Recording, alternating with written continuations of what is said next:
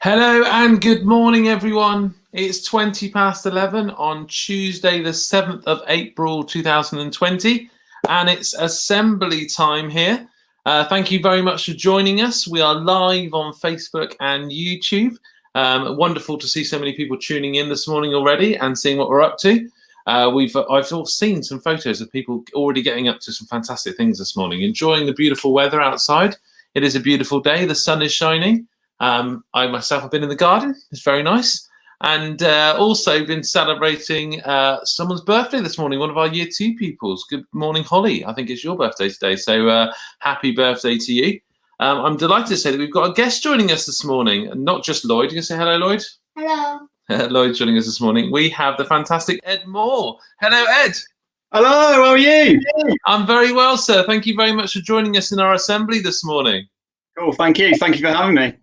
For those people tuning in that may not know you, would you like to introduce yourself and who you are and what you do?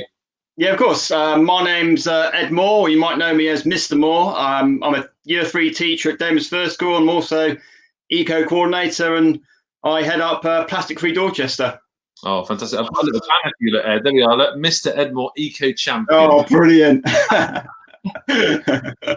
Who's with you today, Ed? Oh, I've got Mr. H with me today. Yeah, Mr. H is Jane Goodall's best friend. He travels all over the world with her, giving her inspiration and good luck wherever she goes. Oh, fantastic. So tell us, you mentioned a few things when you were talking then. You talked about that you're the eco coordinator at Damer's School. What does that involve, Ed? Basically, I lead all the environmental work within the school, embedding it within our school curriculum, engaging children, parents and the local community to get involved in our sustainable work, as well as the town council as well, and anybody else who wants to, make our world a better place for themselves and for others.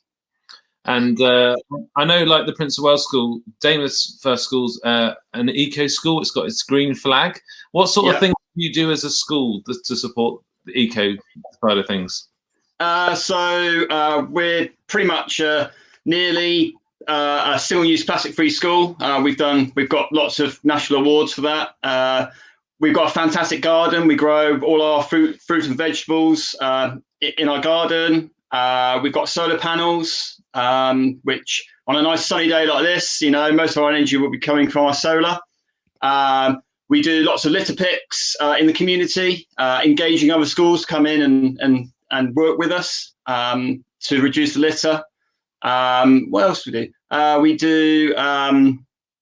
We do pledges. Each class makes a pledge to help animals, people, or the local community. That could be encouraging people to feed the birds. That could be doing a litter pick, encouraging businesses to become single-use plastic free.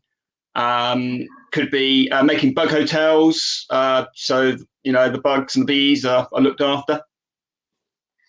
And now, one thing I remember coming up with some of our eco champions to see what you guys do up at Damer's, and one thing that we saw when we were up you was a type of cleaning product, and we now use that at school. Can you maybe tell people about that? I know that both use that now. Yeah, of course. Yeah, so Damer's as well as Prince of Wales, we use a product called Delphis Eco. Basically, it's a plant-based product. It's in a bottle made from recycled plastic milk bottles, and it's a fantastic product. Everyone thinks that an eco product, it can't clean, but the product that Mark Yankovic has come up with is a phenomenal product. It's really healthy for the environment. It's got no fumes, and it actually does clean. And like the Prince of Wales and like us, we sell it. We sell it on our playgrounds to parents and to local businesses, trying to encourage them to become sustainable as well by using it. And you can also now buy it. You can also now buy it in supermarkets and in hardware stores in Dorchester itself. So yeah, fantastic product. And I think that's one thing we're noticing a bit more now. We're starting to see more shops doing refills and also stocking more produce, which I think is really fantastic, isn't it? We're starting to see more of that happening. Yeah, it's great to see. You know, I think zero waste shops are becoming more and more popular, which is fantastic. Like you said, more people are refilling their items, bringing their own containers, and it's great to see that supermarkets now are getting on board. And the big supermarkets like Waitrose and Sainsbury's, they're encouraging people to bring their own container to fill up items on the meat or fish counter, or or grains, pasta, rice, etc. And tell us a little bit about Plastic Free Dorchester and the work that's been going on there.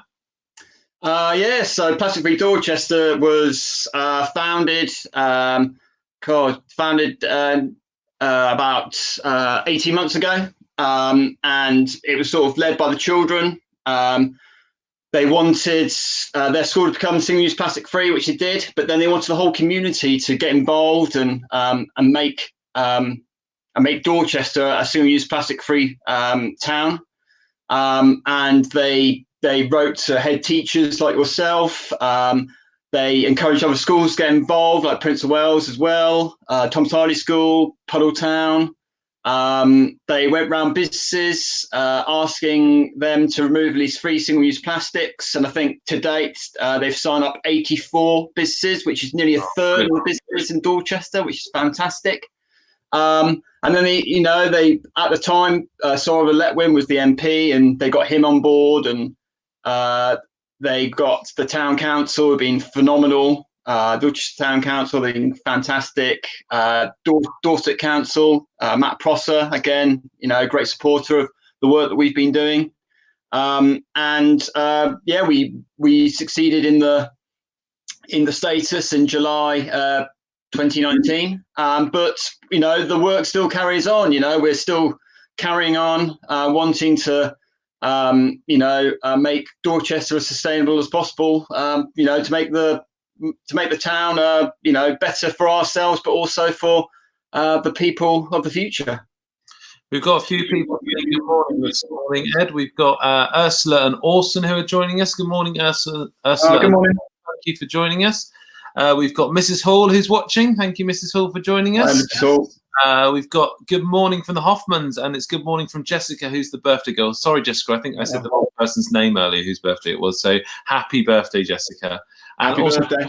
Joshua and Jessica enjoyed the singing this morning. We had a bit of singing in our morning show. Cool. Good morning to Mrs. Scott. Great to see you this morning. And Mrs. Thorpe says, great work, Damers, with lots of hearts.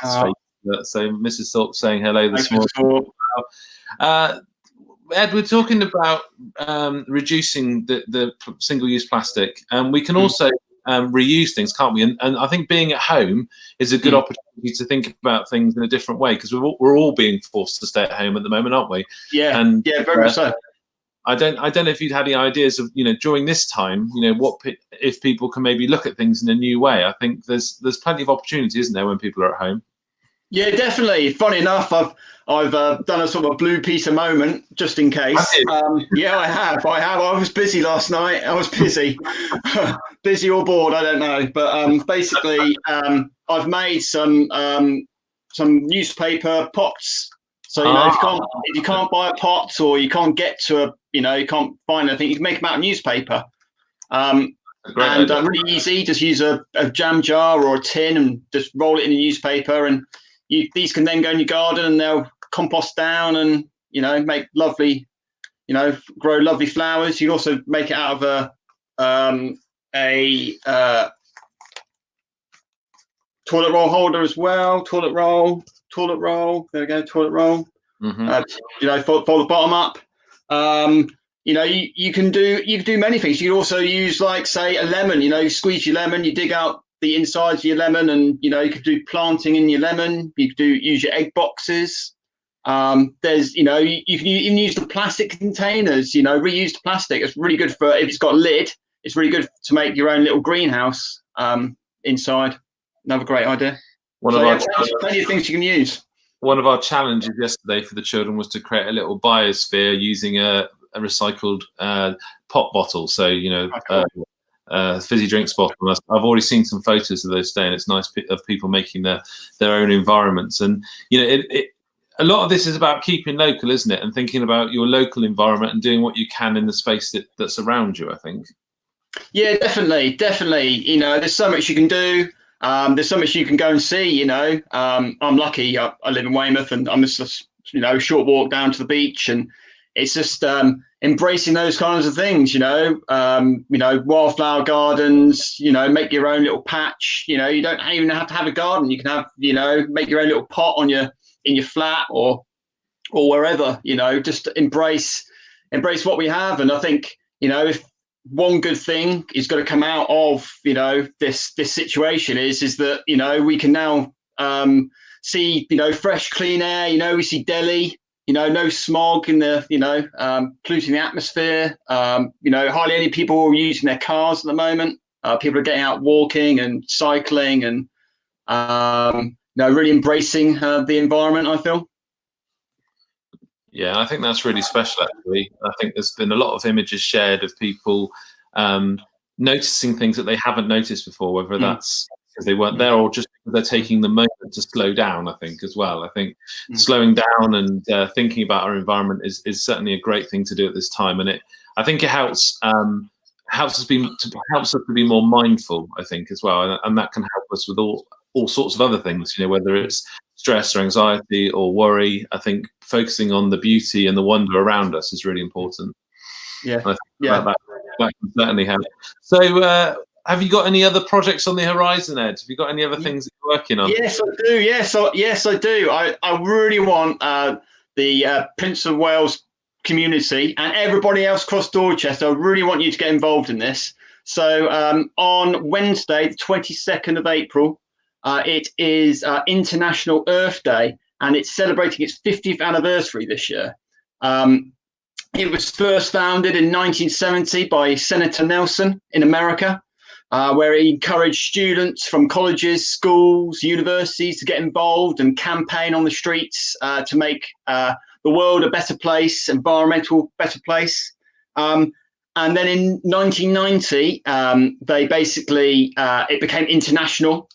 And everybody in the world got involved. And now there are over 190 countries taking part, 1 million people. And this year the theme is climate action. And I would really like the Prince of Wales community, the whole of Dorchester, to get involved, to do something on the 22nd of April to help us make a zero carbon future. I think this is a great opportunity, and maybe, you know, people could then take it on further, not just for one day, maybe do it the next day, a week, a month. We had sadly planned to do a celebration on Poundbury on Saturday, the 25th of April, but sadly, with circumstances, we can't do this. But we've got a great opportunity that we can actually do it now. We can still take part. You know, you might want to, some ideas I came up with last night, you know, you might want to do some planting, grow your own veg patch, do a wildflower garden. You might just want to get out on your bike, you know, you want daily exercise, you know, you haven't got your bike out. You might just go for a walk. You might just get on your scooter. You might decide that you're going to cut out meats. You're going to, you know, have a plant-based meal, you know, for lunch or for dinner. You might repair something instead of going out and buying something. You might repair something, or you might reuse something to make something else. There are lots and lots of ideas, and I want everybody to be as creative as possible to share their ideas. And I hope, Mr Spracklen, that you allow me back maybe on the 22nd of April, and we could share ideas, what people are doing that day, and you know, answer questions, and you know, try and maybe make this an annual thing of Dorchester. Maybe I don't know what you think. I think that sounds like a brilliant idea. certainly all get involved with. I think there'll be lots of people watching that will have their own ideas as well. So it would be great to have those contributed in, and we can share those out. There's a fantastic list there, Ed, of all the sorts of ideas that we could do. And it would be great to see everyone in Dorchester getting involved in that, like you say, because this is something that affects us all. And it's really useful to have these moments where we can all come together and reflect on those things and think about the future and the changes that we can make. So it'd be great to have your ideas of what you could do. And certainly we'll have Ed back on that day, which isn't too far away now, is it? No, it's not. About 2 weeks. It will soon come around. It will. We will come back together for those things. That'd be brilliant. Thank you, Ed, for that idea. We like that. Yeah, no worries. So before we say goodbye, and thank you so much for joining us, I'm just going to check that, if there's any more questions from anyone who's watching. We've had a lot of people join in and say hello, so thank you for that. Ed, I noticed something when I was up visiting you guys the other day, that you've got some sort of, it looks like some sort of marvelous machine outside that converts your waste into energy. Is that right? Yeah, that's right. Yeah, so we've got a ridden food waste composter.